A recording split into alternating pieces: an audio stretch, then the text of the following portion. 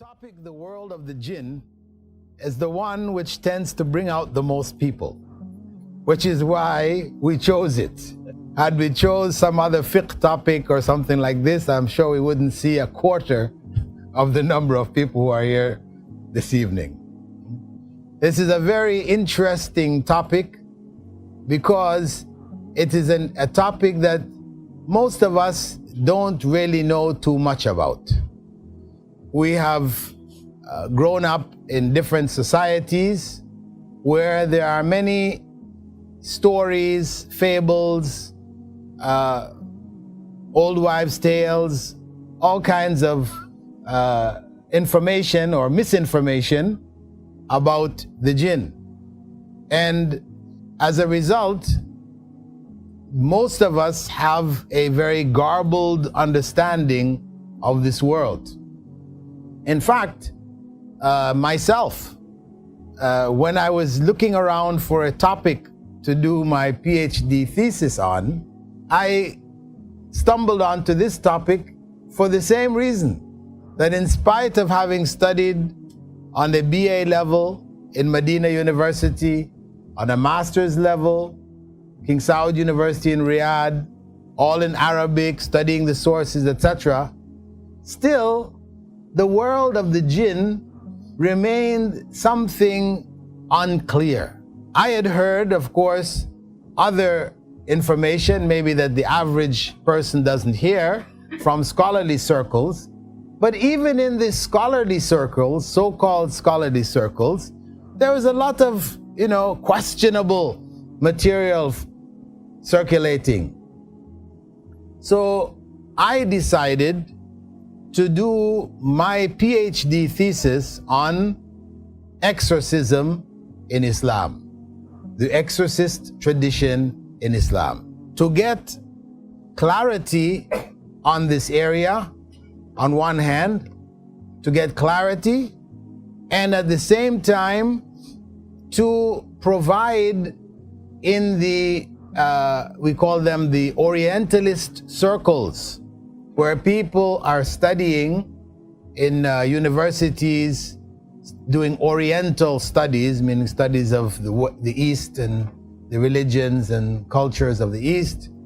There, the image or the understanding of Muslim belief concerning the invisible world around us is also very garbled, because the researchers, Western researchers, who have studied or who have researched the area of Muslim beliefs in the spirit world, they went to the various Muslim cultures around the world, from India to South Africa to Indonesia to Maldives, all around the world, wherever there are Muslims, and they questioned them about their beliefs.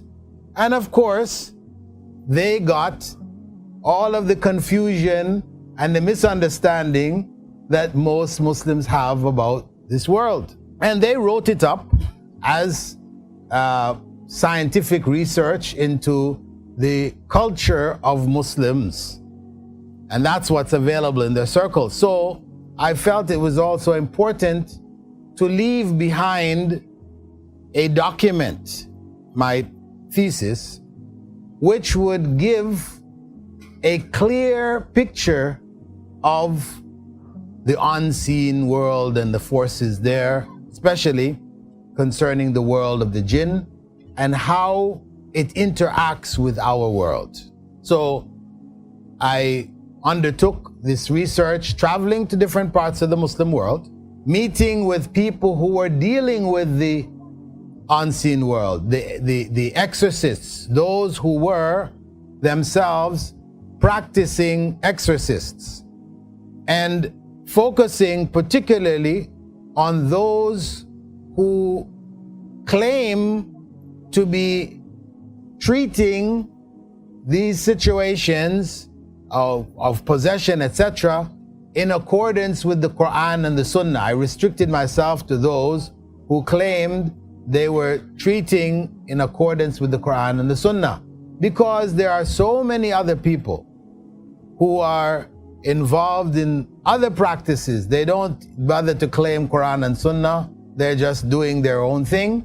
That there was no point in researching into those areas, because I felt there's enough confusion out there already. We don't need to hear more. But I felt it was necessary to go to research this to get the clarity of this world, for the benefit of Muslims, for myself first and foremost, for the benefit of Muslims in general, and even for non-Muslims, who have this mistaken understanding as to what our beliefs consist of. So when looking into the world of the jinn, and some people say, well, why even bother going to this area? And why we don't just leave it? There's so many other things to occupy ourselves with. We have Muslims being killed in Syria, etc., and problems in Egypt, and etc. Why even bother to go into the world of the jinn? Well, reality is that on one hand, the Muslim community is continually embroiled in this world. Not just the Muslim actually, but the world community. But the Muslim community issues are arising all the time. I can say that I don't think I have been to a single country in the world, and I've been to many, maybe 60, 70 different countries. We're visiting Muslim communities. I wasn't going to them for sightseeing, etc. I went to India maybe about 15 times, and I never went to Taj Mahal.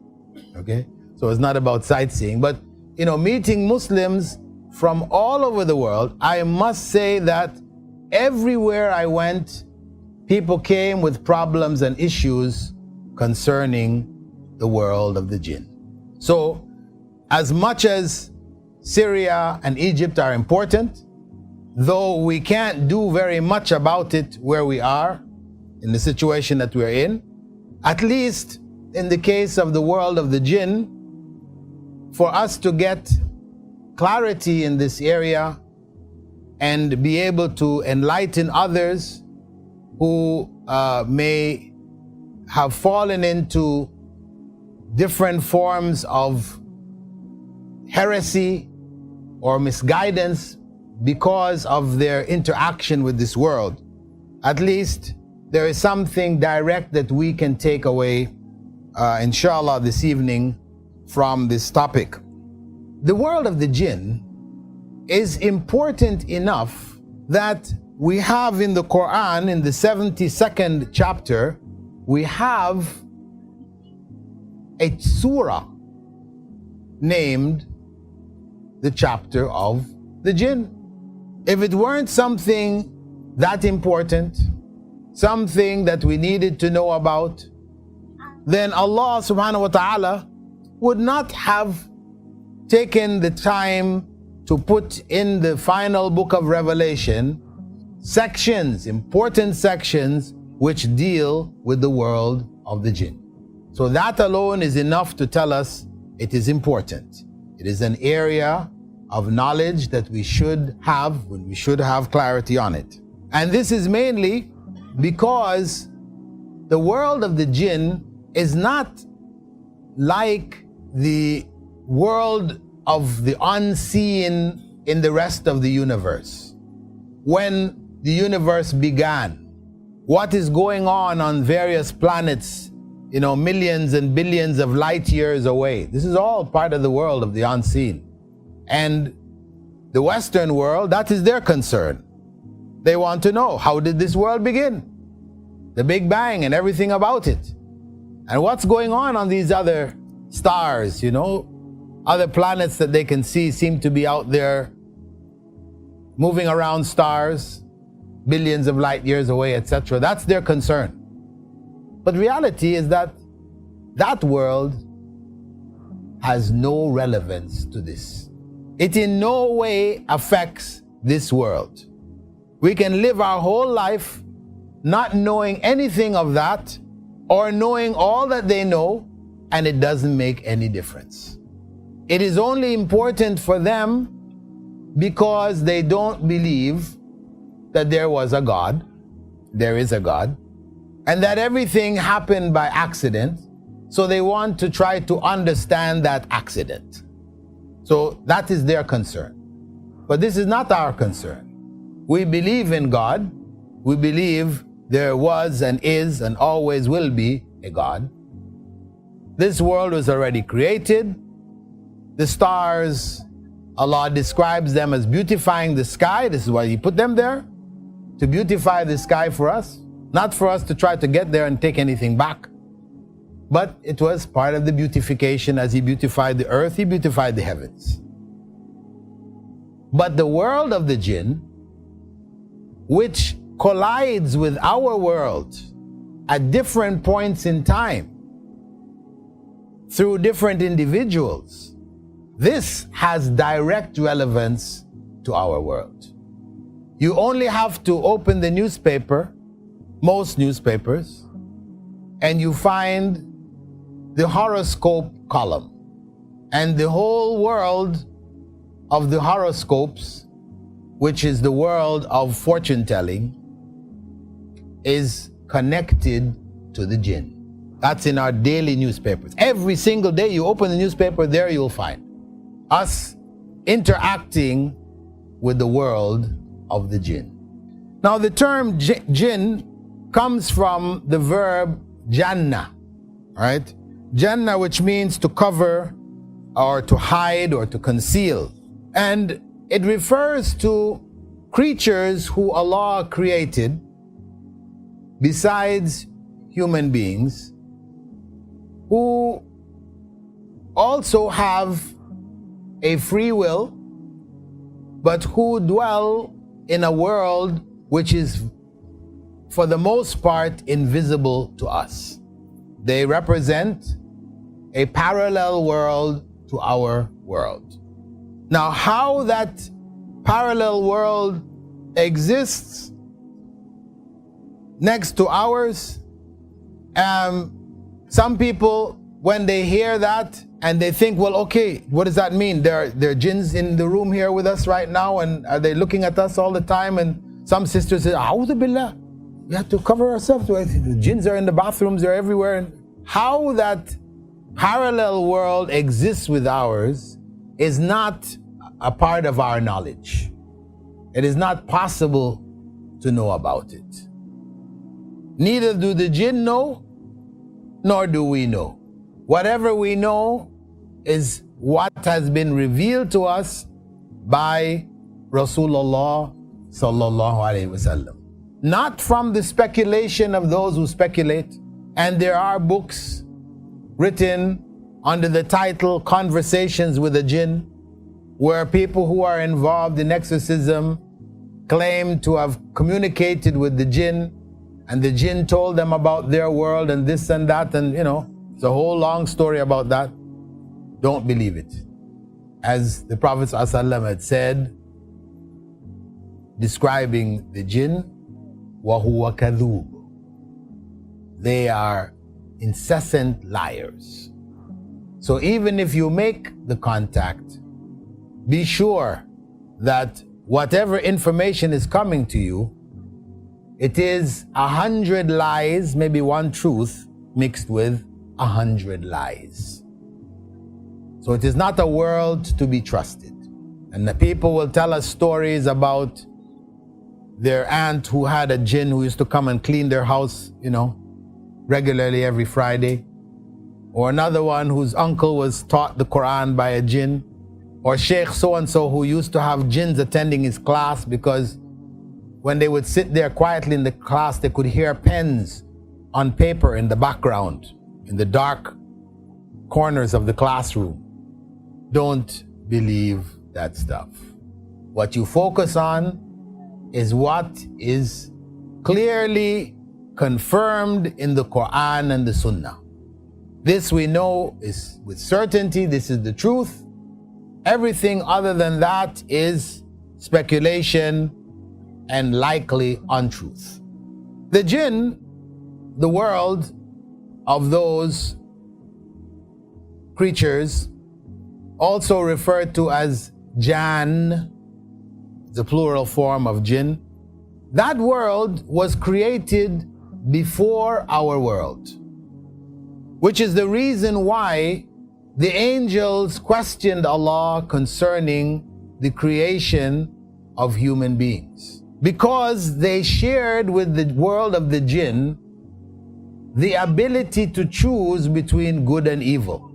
And the world of the Jinn, already being on earth before human beings, with that same choice, chose to spread mischief, to spill blood, and to corrupt the earth.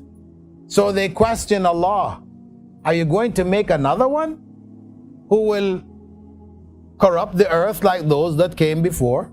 Some people, when they see that verse, they wonder, how did the angels know that what human beings were going to do? They knew the future? No.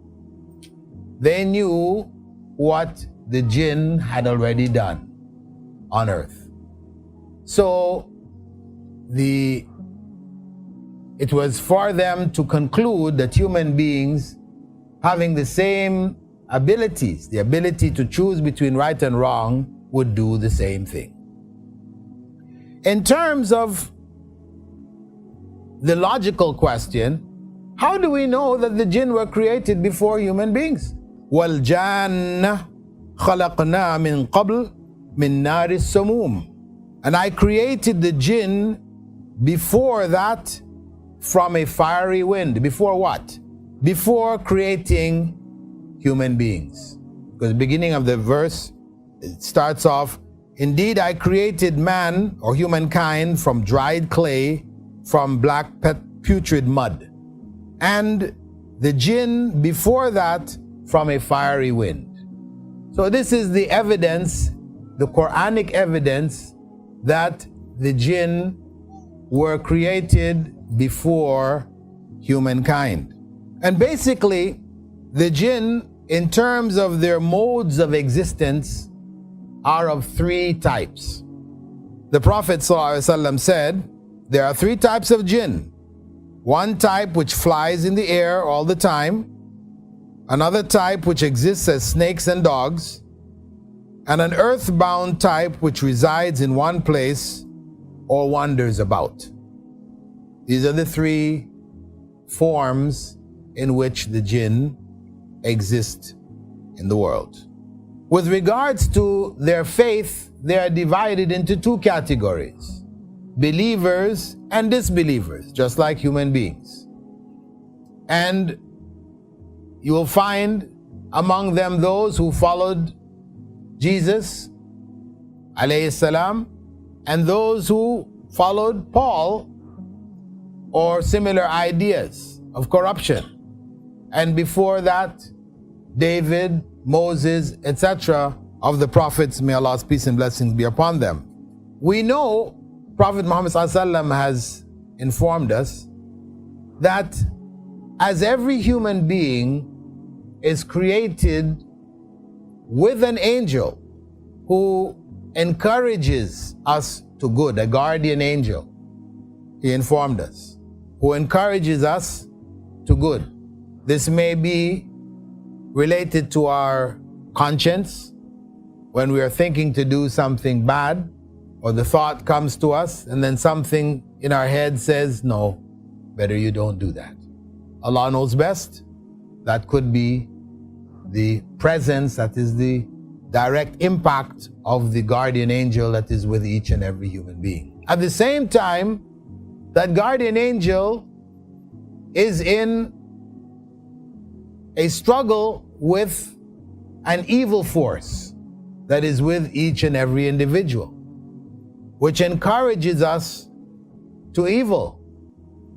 We might be thinking, sitting, reflecting on good things, normal things, and then all of a sudden, a bad idea seems to pop into our head. Ooh, where did that come from? A'udhu billah. Allah knows best, but that could be the presence, the evidence of that evil prompting. Of course, our own soul is described in 3 states: an-nafs al-lawama, an-nafs al-mutma'inna, and an-nafs al-ammara bis-su. Some people understand it as 3 different souls, types of souls. But the evidence supports the fact that these were in fact 3 different stages that every human being goes through. There are times when our soul commands us to good, encourages us to do good, and chides us from doing wrong. This is the stage known as an-nafs al-lawama. And there are times when the soul is bent on evil. We have encouragements external all around us, but we are set to do this thing. And we are urged on from within ourselves. This is the nafs al-ammara bis-su. That is the state when our heart is sunk to its lowest of levels. And the state when we are good, we feel good, we want to do good, we encourage good, and in that state, we are peaceful souls. We are souls which are contented. And that is the state known as an-nafs al-mutma'inna. Prophet Muhammad ﷺ told us in another narration, authentic narration, found in Sahih Muslim, every one of you has been assigned a companion from the jinn, a qareen. And the companions asked him, even you, O Messenger of Allah? And he said, even me. However, Allah has helped me against him and he has submitted. Allah has helped me against him and he has submitted. And now he only tells me to do good. Of course, if you hear Sheikh Fulan, Pir Fulan making this claim, no, he's off. This is special for the prophets of Allah. This is not for any other human being to claim, my qareen has submitted and only commands me to do good, like Rasulullah sallallahu alaihi wasallam. Because you do have a lot of people out there claiming to work with the jinn. I'm sure most of you, you know, in your area, there's somebody, if you lose anything, you go to him, he tells you, okay, this is where you can find it. He's there telling people where they can find things. And for sure, if he's not the one stealing them, he's working with the jinn. In terms of control of the jinn, because this is what these people claim, we have control over the jinn.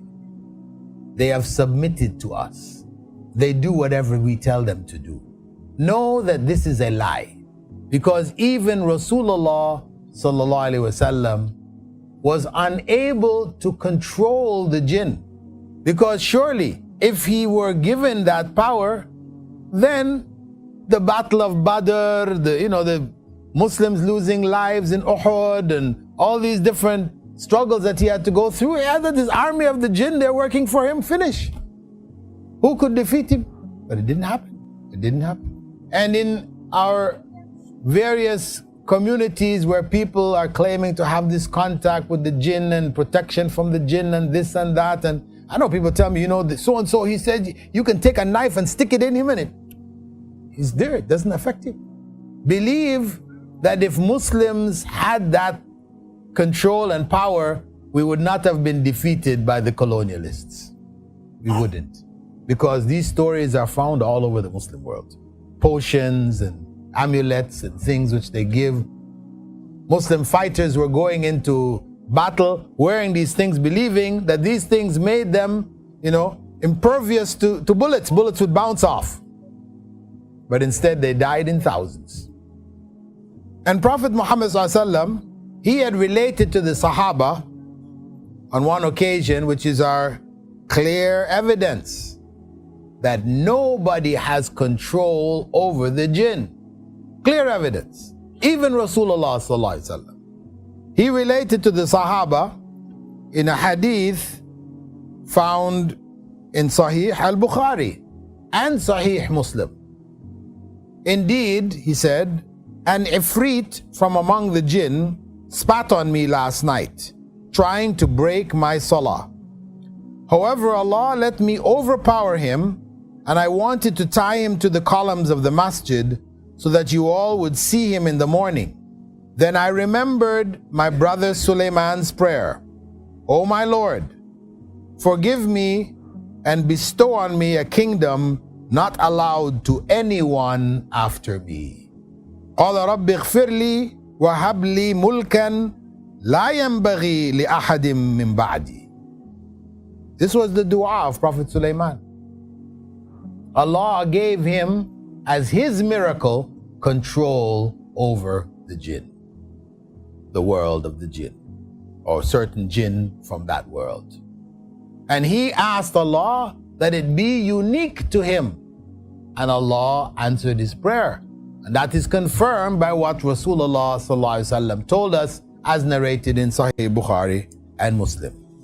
Now, as I mentioned earlier, one of the most direct ways in which the world of the jinn collides with our world is in the area of fortune telling. Fortune telling being among the tools used by the world of the jinn, the evil from among that world, because we said there are believers and disbelievers. The evil from among that world whose collective goal, is similar to that of Satan, which is basically to draw us into shirk and disbelief through one channel or another. Just as the evil amongst us, the shayateen, the devils from amongst humankind, they don't feel happy until we are doing what they're doing. They try to draw us into their practices. Why? It is natural. It is a natural desire to want others to share in with you in whatever you have engaged yourself into. You feel more comfortable. What you're doing is wrong, but you feel more comfortable doing it when you have others doing wrong along with you. So, similarly, the evil from among the jinn who interfere in our world, how they're able exactly, Allah knows best. Who decides which among them are able to cross over and who are not? Allah knows best. Their goal, as I said, is to draw us into shirk. And when they seek to pull somebody into shirk, like a fisherman, when he fishes, he does not throw the bare hook into the river or the sea. You know, he takes a nice shiny hook, he shines it up so it glitters, and he throws it into the sea, thinking that it will attract the fish. It doesn't. Not until he sticks a worm or a cockroach or something on that hook, and then he throws it into the sea. The fish see food and they bite the hook. So the method is to offer what appears to be good in order that you would bite the hook. Once they have you, then you become one of their tools. So fortune telling, because human beings are always worried about the future, isn't it? We always worry about what's going to happen tomorrow. We would like to know what is going to happen in the future. Because if we could find out what's going to happen in the future, then we could prepare for it from today. Naturally. The weatherman, he tells you it's going to rain tomorrow. You take your umbrella with you when you go out in the morning. He's telling you something of the future, but it's a guess. right? He's guessing because the satellite images have shown that in the neighboring country it rained and the winds are blowing in your direction, so it's expected to rain here. But maybe it doesn't rain tomorrow, it rains the day after. But oftentimes, when they tell you it's going to rain, it does. So, are they fortune tellers? No. They're guessing. We call that educated guessing. It's based on knowledge. Whereas the fortune tellers are now telling you about your future. And they will ask you information about your present and your past, what your name is, your mother's name, your father's name. Once you go to anybody and they start asking you this information, know that they are quacks. He may have a name, Sheikh, so and so and so and so, but when he comes and you have a problem and he's asking, what is your name? What is your mother's name? And he's making calculations, know he's a quack. Run as far away from him as you can. Or if he tells you where this gem, and you have something called gemology, people claiming that you wear certain gems, it's going to bring out certain things, and run as far away from these people as possible. The world of the Jinn, with regards to fortune telling, remains an attractive world because you have some fortune tellers who give information which turns out to be accurate. They tell you such and such is going to happen, and it happens. So, without that, of course, nobody would bother to go to fortune tellers. So some of the things that they inform us of do take place. So where did they get this knowledge from? Well, the Prophet ﷺ, he explained concerning the jinn that he spoke about, the first type that are aerial, that can leave our atmosphere into the higher reaches, outer reaches of the universe, are able to travel at speeds Allah knows best. And they connect up with other jinns who hover near the first heaven. And when Allah gives commands to the angels, and these commands are passed down through the heavens, they are able to hear bits and pieces of information. And they relay this information down. In the process of relaying that information, comets and meteorites, etc., catch some of them and destroy them. But some information works its way down till it reaches that witch, warlock, fortune teller, whatever. And they pass that information on. Accurate information. And Aisha asked about this to Rasulullah ﷺ. Should we go to these people for the accurate information? He said no. She said, but sometimes they tell the truth. He said, it is one truth mixed with 100 lies. One truth mixed with 100 lies. That's the reality of the fortune tellers. What happens is that the fortune teller tells you one truth along with 100 lies. Now, when you hear this information, of course, it's all the same.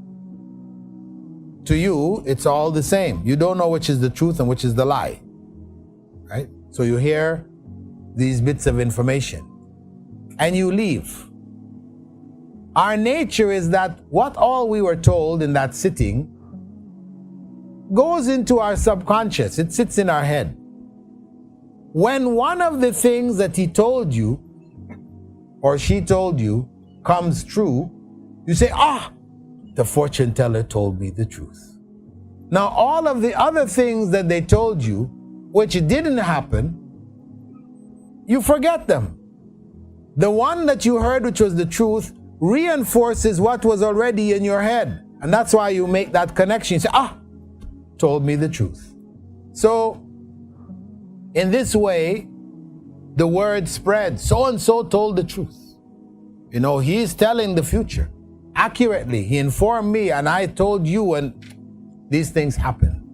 So, it is through this circle or this channel that information is passed on, and we become convinced that in fact they're able to tell us the truth. But the fact of the matter is that they're telling only one truth mixed with, as we said, as the Prophet ﷺ said, 100 lies.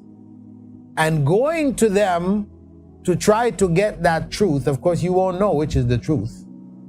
Going to them sincerely believing that they're going to tell you the truth, the Prophet ﷺ had said, that is disbelief in Islam. He said, whoever goes to a fortune teller believing in what he is narrating has disbelieved in what I brought, which was Islam. And even if we go to the fortune teller out of curiosity, we're curious, you know, what's he gonna say? We open up the horoscope. I don't really believe in the horoscope, but I'm curious to see what do they say.